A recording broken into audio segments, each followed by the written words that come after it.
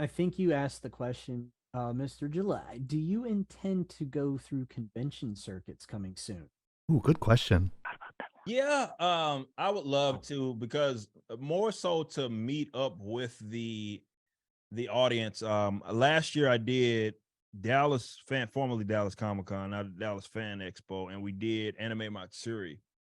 Ooh. And those guys wanted us there, really for both of them, and that was a cool experience because it's been a while since I've been to a con, and to be there, obviously with your own booth and stuff, was kind of surreal. And that was right, well, at least Anime Matsuri was right before we had launched the Rippaverse, so that was everybody was asking about that sort of stuff. But I love to interact with the audience because they make this whole thing work. Without them, you don't have anything if you don't have the customers. So I would love to do more of those. It's just that, like I said, it has to make sense for me. I'm not like kind of in a position of where a lot of people go to that. That's how a lot, like definitely artists within the industry, like hell, they'll pay for a booth. That's how a lot of them get money to try to, sell some autographs or try to sell like whatever, like original art that they'll be selling.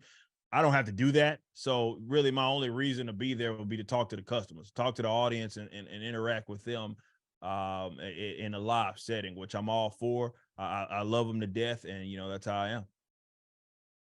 What's up, baby? Thank you. Oh, Phoenix makes a cameo. yep. Hi, this is my daughter. Good night, child. I'll be seeing you tomorrow, kiddo, when your dad Chief fixes and my Texas computer tomorrow. again. Okay. What's this? Part 3 or part 4 of this? Oh, this is series. this is part 4 of the Chieftain verse here. Part 4 of building my computer together here. I have to switch out a cooler from a 1 fan to a 3 fan. Oh, Dude, it's been a right. nightmare, Eric. It's been an absolute nightmare because I I'm did. going through the same thing with I actually just got my PC back yesterday from Meta PC because I just wanted somebody to fix it. So I called Zach up and he said send it our way, guys. So, yeah. Mine looks like I have the RGB fans in there, and it looks like Pride Month underneath my desk. I can't change the colors. They're like all just going through color. It's very colorful. Yeah. But I wanted to have like a cool blue or something like that, or Yeah. like a blue and white kind of setup, Makes sense. But yeah, that's neither here nor there. But the ADHD kicks in. I got to learn how to control that. But yeah. Soda, you're up, buddy. First off, Because my joke's gonna be like stupid sport jokes yeah, that you well, told I me got not to one. ask about the Dallas Cowboys being a yeah, Giant fan. I do have a kind of sports joke for you. First of all, thank you very much for being here. Sure. First thing, how many times being a Mavericks fan do you get to ask for James Harden's autograph? Oh, dude. Hey, it's funny. We were at I know I was at my niece's track meet, right? And today it was literally what someone pointed at me and said, "Hey man, you look like the basketball player." Like, we were discussing he's gonna get mad at us. No, he won't. He's cool. Every day, every single day. If I'm out in public, someone makes that oh Jesus. It's like, hey man, anybody ever told you like you look like James Harden? I was like, dude, every day. Every single day. I hear it. Every day. Oh God. Yeah, I mean, we get a lot of students say, "Hey, I'm working on these comics. How do we get them published?" What would you give them advice on, how to get going and, kind of where you started? Maybe would be, good way to explain it to them. So, well, the awesome thing and why it's to me the best time to get into something like this is because I guess the means have been decentralized, as I always say, and that's even in like the film industry. I'm sure you guys can feel me on that, whereas you used to have to spend all this money to get I'm seeing people get a DSLR mirrorless camera and do some crazy work with it. And it goes to show that with just the growth of technology alone, that you can do a lot of things that you either could not afford to do or you had to go through what people deemed as the proper channels. So I would encourage people to, if they are entering in comics or really any entertainment space, it depends on your aspirations, because some people have the aspiration of working for maybe doing something creatively and working for other people because they don't like to deal with the business stuff. Right. And I totally empathize with that. Again, I got guys over here that do that.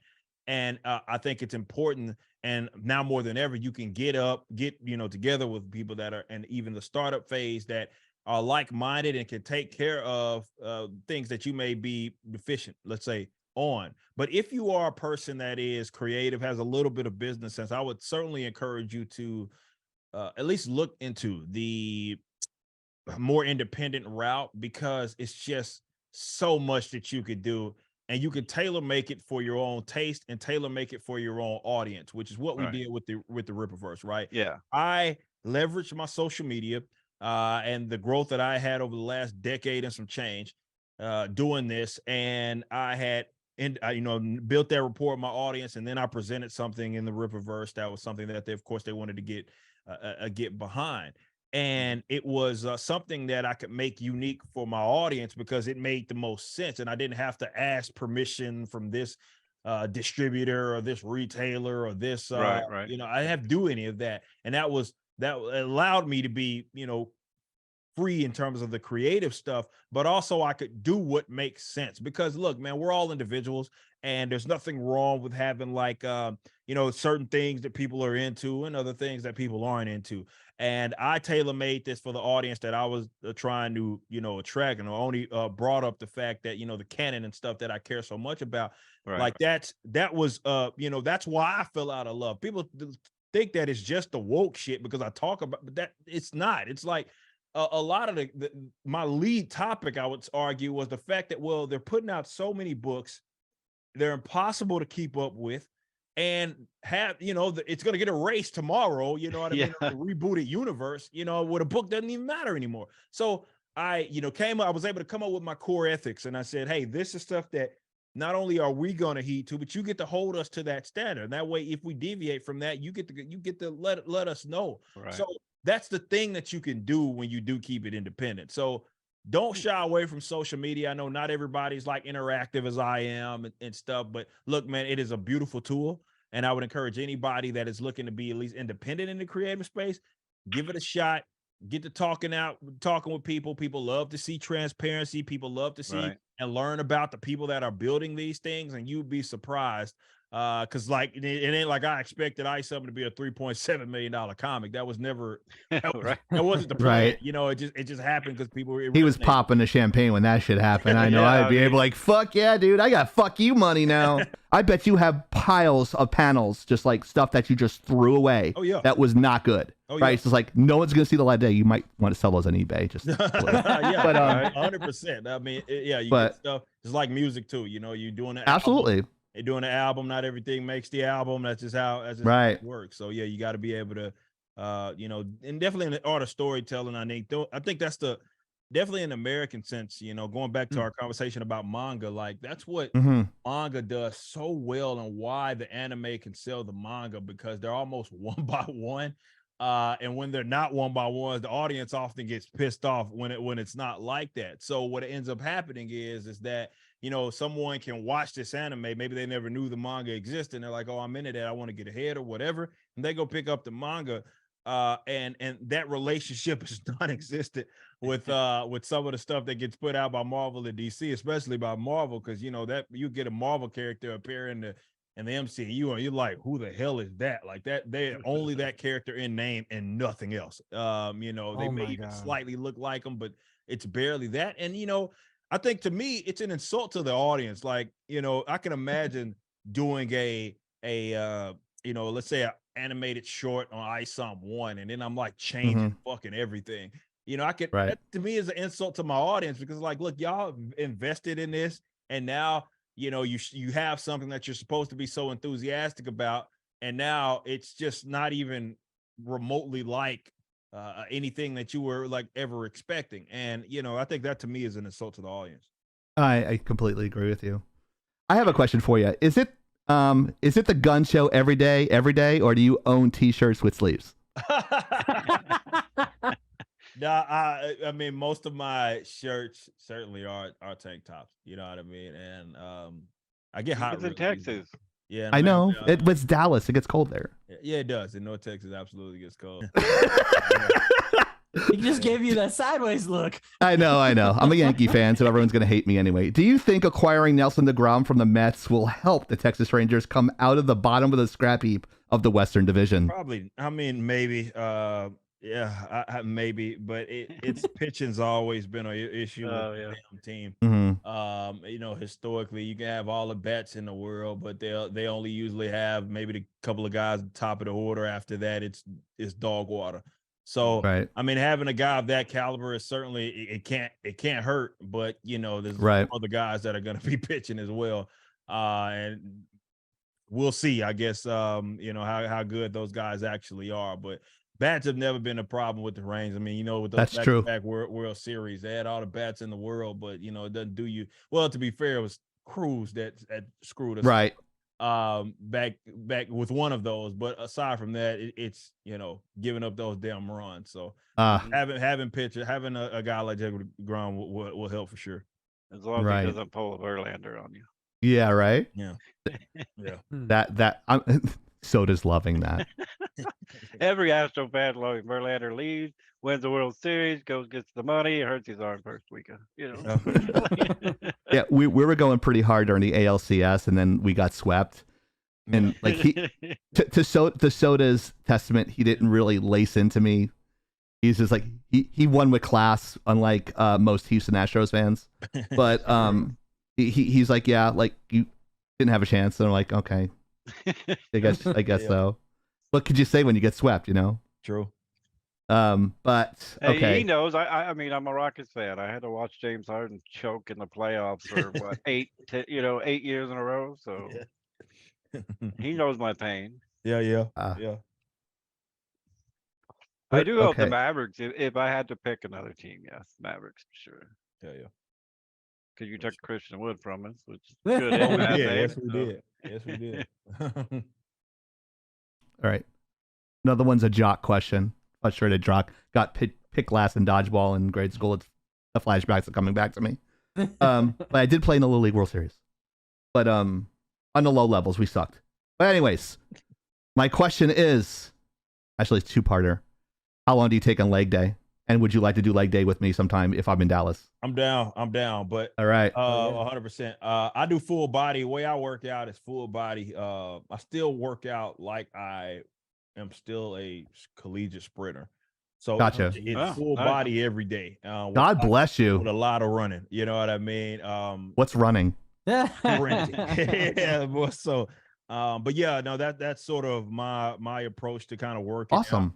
I've learned that I can't really work out any other way. I box as well on occasion, Cool. but that's guy it's I so want on my familiar. side. It's like that's just my way of doing it. Like so, I'm usually it's sprint interval training. So it's like a run here, then I'll do something on the floor where it's like Right. burpee, or it's a who knows, maybe something with the dumbbells, RDLs or something like that. So I'm working my full body pretty much every day, at least an hour for sure. I work at least 2 hours I work out 6 days a week. So yeah, 2 Oh hours. my God. Yeah, 6 days. God bless you. I used to 6 do days, that. twice a week on Monday, Tuesday, Wednesday, and Thursday. So yeah.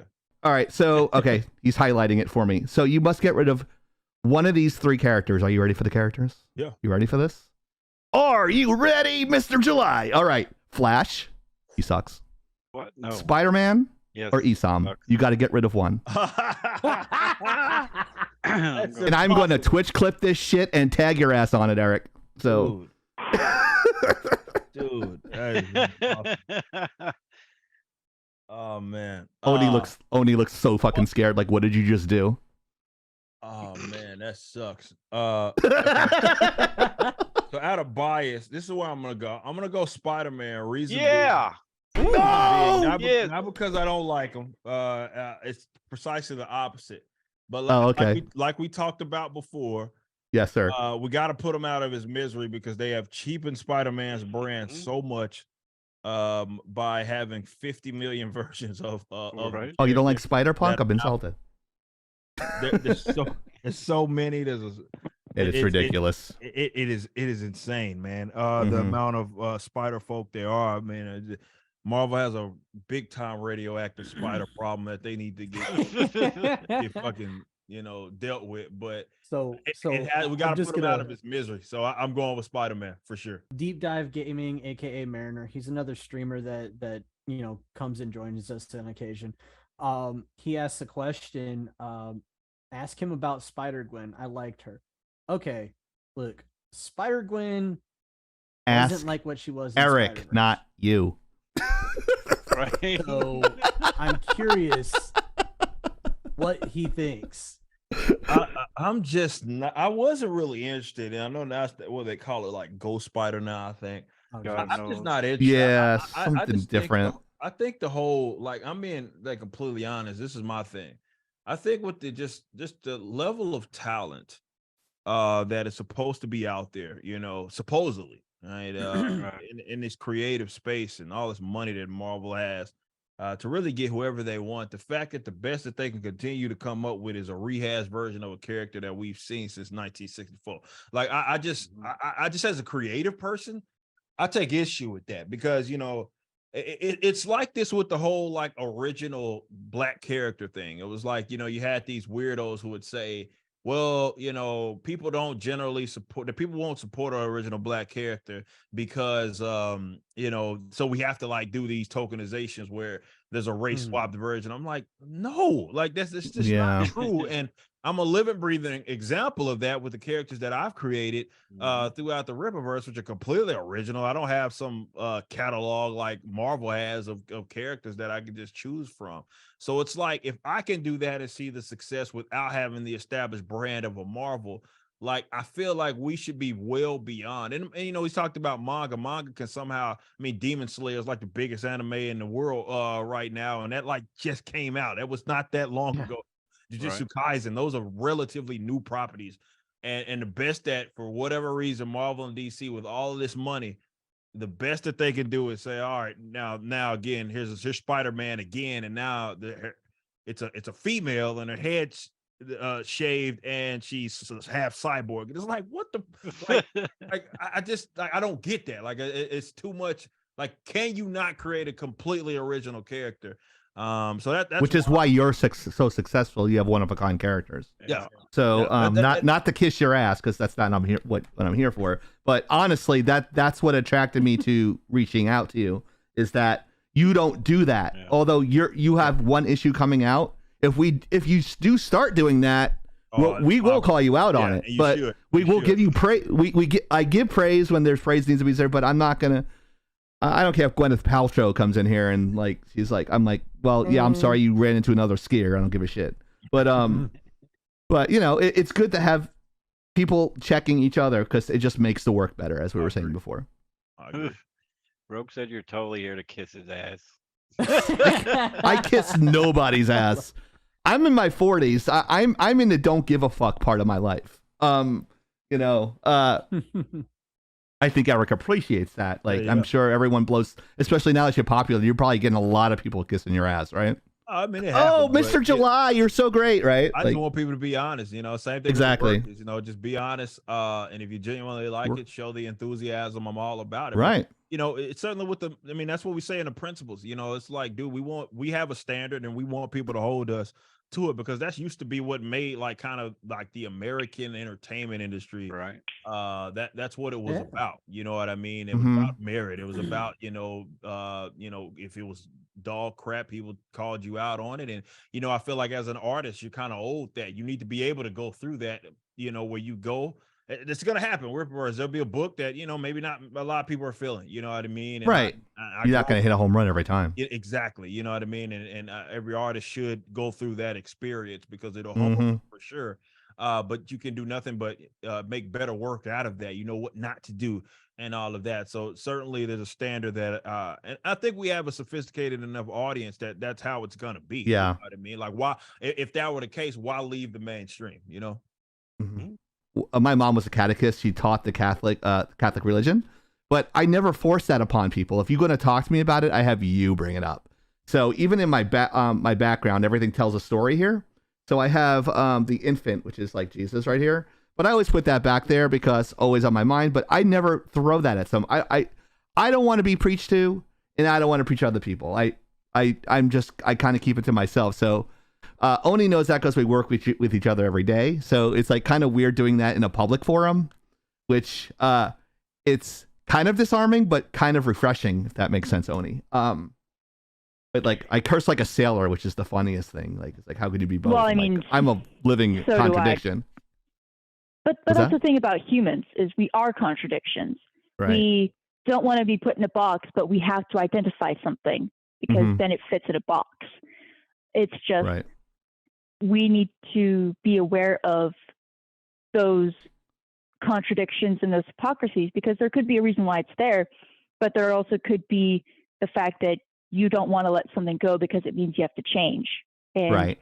that I think is what makes so many people defensive regarding certain Mhm. subjects, regarding social media, regarding ideology or opinions, is because if they have to change something, how far does that go? If you only think of surface level problems, then you don't have to make it any deeper. You don't have to take actual responsibility. Right. But when you make it all that you believe in, when you shake the foundation and you realize how rotten it is, it kind of gives people an existential crisis, and not everyone is prepared to deal with it or wants to deal with it or wants to take responsibility for the fact that it's kind of theirs. Yeah. Exactly.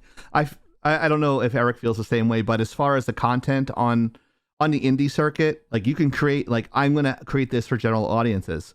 When you're applying for companies working for features, you know, now that I'm older, I can turn down projects, but there were projects where I didn't do because one, they're a borderline pornographic. I go, I want something to show my nephews that are young. I don't want to do that project. I'll do Epic Mickey. So I did Epic Mickey. So I did the. I'm sorry, I'm name dropping and I shouldn't. But I'll do like G-rated and G-rated and PG-rated stuff. So that way everyone can see my stuff and I go, look, this is what I did. Here's my demo reel. This is what I did here. And in business and in politics, this is a book from this is actually a quote from Sarah Palin. I don't know what you like or not, but it's a great great cut you off there. Don't mean to cut you off there, Chieftain. Rogue Raven saying goodnight. She's saying that it was nice to meet you, Eric. Oh, Night, Rogue Raven. Night, Love Rogue you. Raven. Love you. Check her out, Rogue Raven 89. But it's a saying that I kind of live by. It's you can either eat well or you can sleep well.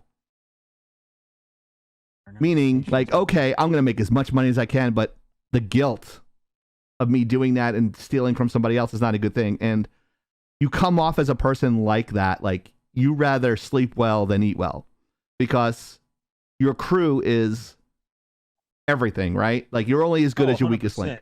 Like, you know, I never wanted to do anything that was soulless. This is why I talked about, you know, Exactly. despite us making as much money as we did with ISOM, you know, it's like this is very much something I'm very passionate about. You know what I mean? It wasn't a situation where I could see where some other people would get complacent and they would just say, "Hey, I just made all this money. There's nothing else to do. I'm out of here."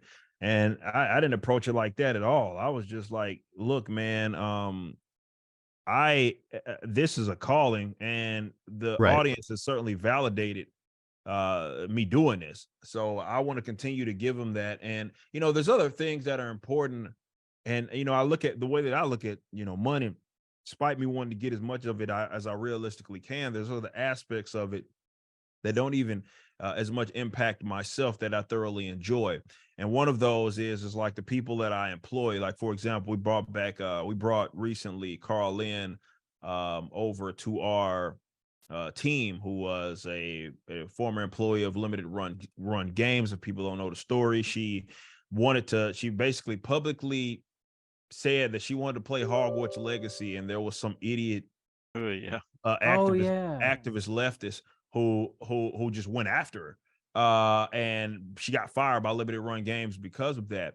And she's now working for the Riververse as a you know, customer relations manager, and I love that I'm in a position to do stuff like that, to where I can give people jobs that are well paying, that are competitive, but they can be themselves and don't have to feel like they have to walk on eggshells. Reason being is because I feel like people and individuals rather can do their best work under those conditions. Right now, I don't know how much you guys are knowledgeable on like just the interior kind of culture of like the big mainstream comics. I'm pretty sure it's similar in other entertainment, but everybody's holding like ideological kind of cancellation guns to each other, waiting for the minute to like cancel each other. And you can imagine that you can't work under the greatest, like those aren't good working conditions. Let's say that, No. like, how can you do your best work thinking that, well, maybe if I publicly say something or if I think differently, and it's not, and people make note of that, then I might lose my job. You know what I mean? Like Mhm. you can't work. Those aren't good working conditions. Like no, that's a person on edge. So be able to employ people and have them do their best work. They don't have to worry about that silly stuff. Is an aspect of the money that we get that I just really enjoy because I think that these people creatively are going to be able to do their best work. Yeah, we talk about that actually pretty frequently, how the work culture has changed in these big entertainment businesses. I am grateful for the space that I personally work in. I mean, they told you I'm the IT guy. It's true to the bone. I don't know. I was born for it or something, I Yeah. guess. Um, and I work the space that I work in is not quite, but nearly exclusively veterans, and it affords me a more laid back environment because, well, reality is I don't think that I would make it in the civilian workforce without this kind of an environment because some of the shit I say, some of the way that we talk with on the workplace or in the workplace, it would make a normal everyday civilian in a professional environment. It would probably give them a heart attack or make them have a stroke or something. Yeah. But it like just the fact that when I go to work and I don't need to worry about whether or not something I say offhandedly, uh, whether it be some sort of an ideal or some sort of a thought, it's not going to make me lose my job because my boss isn't going to look at me and be like, "How dare you think that way?" Right. Right. Like, in How fact, he's dare probably you? going to look at me and be like, "Dude, shut up," Yeah. and then carry on. How the fuck do you get so many people to watch you on Twitter and YouTube? We're getting totally fucked on YouTube, dude. We have like, I've been doing this for 11 years, and our shorts we're getting 10,000 views, 1,000 views, and then they totally screwed us on 7. We're getting 7 views. What is your secret? Do you have any advice for us? What am I doing wrong, sir? Because I would Well, love to the thing learn. about that YouTube, like algorithm switches like left to right, man. They Yeah. whenever they feel like it, they'll mix it up on you. And we all have to go through it, even though even those Yeah. of us that get like more views. But the Right. key for me has been, on a serious note, it's been like, look, I try to get my audience used to, definitely when I was doing my show with 4K and a sake, I was doing it daily, right? So Right. 12 never failed. So I got the audience used to, no matter, they didn't have to rely on the algorithm putting it like in their face. It was like, okay, I know at this time to expect a video or a stream coming from Eric July. Okay. So I think that is the We do only, that. really Okay. the only way to avoid the or the reliance on the algorithm and start to get some sort of workflow that is familiar with the audience, with how you're doing things on YouTube. Be it hey, hey, we got a video short or so whatever is dropping on 10 o'clock on every day, or 10 o'clock on Mondays, or whatever that is. And that way they start getting used to at least going out of their way to do it. You know what I mean? And I think that to me is the only way to do it. Gotcha. Because yeah, to your point, YouTube can, you'll be killing it, and then next day, they done enter whatever code. They're a bunch of assholes. Nobody's watching shit. It's crazy. Yeah. Thank you for that advice. I really appreciate you for that. Yeah, for sure. I have a question from No. actually one of our viewers. Sorry. Okay. So, how do you stay motivated, despite, I don't know if you had or have anybody you work with that has mental, health problems. So, like one day you might be feeling good, you want to draw. Maybe the next day you don't want to draw, or you might know people like this. What would you give? What kind of advice would you give to people like Well, that? man, that's such a good question. It's like, for me, it's not as difficult, I guess, to stay motivated, because I always have like this. Let me say this. I guess overarching, like, set of like long-term goals that, let's say, I'm working for, more so centered around myself, my family, my wife, and everything. And it's like, everything that I do is working towards it. Even this, even no matter how big or small. Hey. So the way that I see it is like, Thank you, Maya. the way I see it is like, dude, whether if I get through this or I need to accomplish this or this is the short term goal, it's all signs point here, and it's a necessity. It's something that has to be done. So I wake up. I'm a guy that it's my personality is all about routine. So I wake Okay. up similar time of the day. My breakfast is literally the same. You know what I mean? Like it's just because I like being in a routine, and Right. it helps me kind of stay on top of it. But I think having a set of long-term goals, you got to be realistic about yourself. You don't want to have anything that's just so far out of reach. But it's easier to deal with the current when you understand why. When there's a sense of reason, there's a sense of like accomplishment that is there because you're working towards something. And for every person, it's going to be different. Like I said, for me, it's like I want to build like the generational wealth. I wanted my wife to be taken care of. I want my Right. kids to be taken care of. So everything that I do is working towards that. Even like something like I work out like I'm still freaking training for track and field.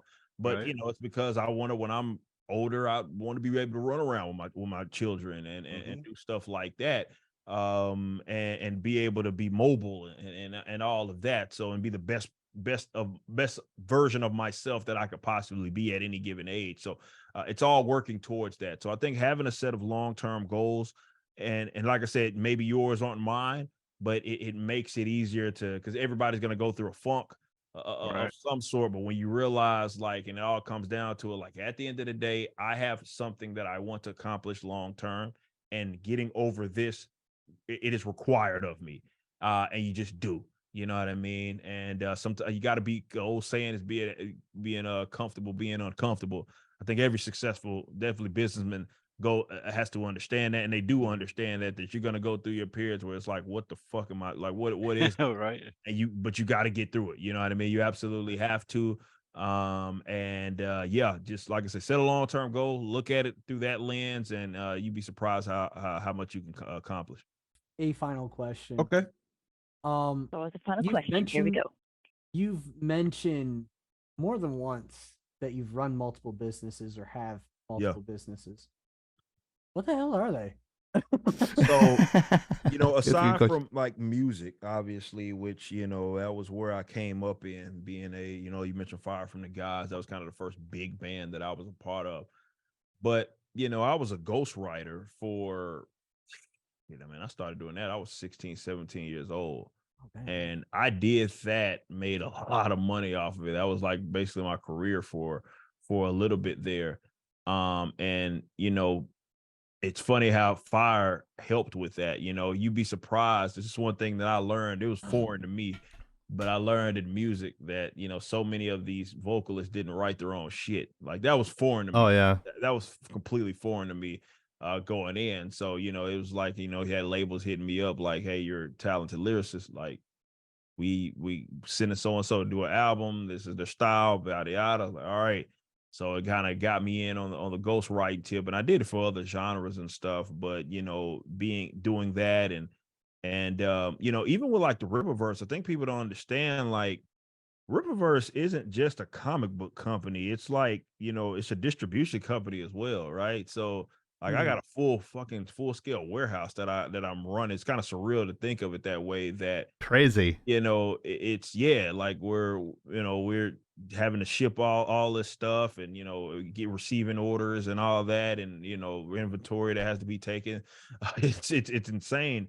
So It's like imposter disorder. You just like don't realize it's happening, yeah, right? yeah, it's one of those. Yeah. Yeah, it's exactly kind of It's just like what I it is. can't But believe I'm no, here doing to this. also answer your question, between like, yeah, that's how it is. But with doing ghostwriting was a big thing that I did. It's funny you worked IT. You what you work in IT. I did that. I was actually doing network engineering. Oh. 2015 to when did that end? That ended.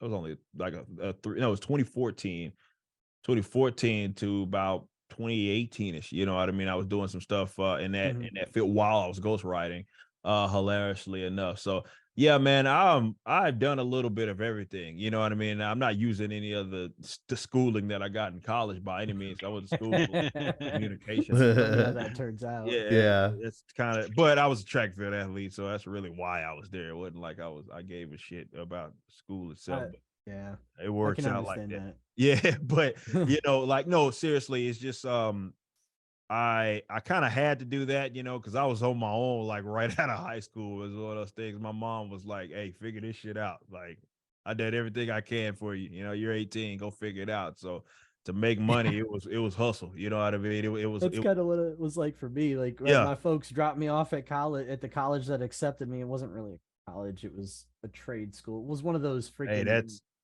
better. School is school, man. Like college is a fucking scam. So don't even downgrade that shit. It's a goddamn scam. Yeah, you're Take right, it from right. someone who got suckered into that shit. But I was just curious, like, because you've mentioned that, I think it was specifically your videos talking about, taking it to PayPal and teaching them a lesson. Yeah, yeah. And yeah, Patreon. And it's like they went off of my July and Ripper LLC business, and I was like, and then you had like a lot of my detractors were like, well, they're doing that because you're a new business. Like, July, I've been having this is the first year that I've had this business. What the hell are y'all talking about? So Yeah, they do that to us. Yeah, we've been in business with PayPal, for 2-3 years, and they're like, you brought in 60 grand this month. We're gonna hold half of it. Yeah, Like, what? We've made we've ran millions of dollars through you. What exactly. the fuck? Exactly. That's exactly what and happened. I'm kind of like you. You're making interest on my fucking money. Yep. Yep. I can only imagine $1 million. Yeah. Like, yeah. We're And I know, like on your website, it's like the Patreon. Like we had a whole story about Patreon. I think on your website you have a de facto video saying like, yeah, pretty much like Patreon is doing that shit. Yep. We did the same things because like we're doing all this good quality work and Patreon's taking like half of it. I'm like, get the fuck out of here, man. Yeah. And I'm like, it's so dumb. Like you do all the work. You like they don't give a shit. Like all they see is the money coming. They don't care like the nights that you're working. If they feel like it. Yep. Yeah. Man, you lose all that shit. You know what I mean? That's why we moved. That's why I moved off of it. I was like, right. Hell no, like, yeah, I couldn't justify that percentage that they took, and I was like, fuck, I just do it myself. I built my own damn membership. Yeah, every time that's what we're doing. A certain amount in there, I'm like, move that to the bank, move that straight to the fucking bank. I don't want that sitting in PayPal. Yeah, right. Yeah. Thank you again, Mr. July, for your time and for It was great having you on. I would just love to have answering you all these back questions. sometime. It means a lot. Yeah. Do it again. As long as you're not scared away. Yeah, we'll definitely do it again. Yeah. We'll do it again. I'm down. I'm game. Yeah, you were so much fun. You were so much fun. And if you want us to come on your show anytime and just like double your viewership because I got a big damn mouth, like I would be more than happy to do that for you. Or if it's anyone else here, we're all available for you. We're all in believe in helping small creatives. But you're not small. You're pretty moderate. We're small. Giggity. So on behalf, we are a very small fish in his very large pond. Yes. So thank you for stopping by, Eric. So on behalf of Hero, Hey, and Songbird. Blacklight Oni, Soda Pop, and Eric July, this is Chieftain signing off and lagging out. Night, guys.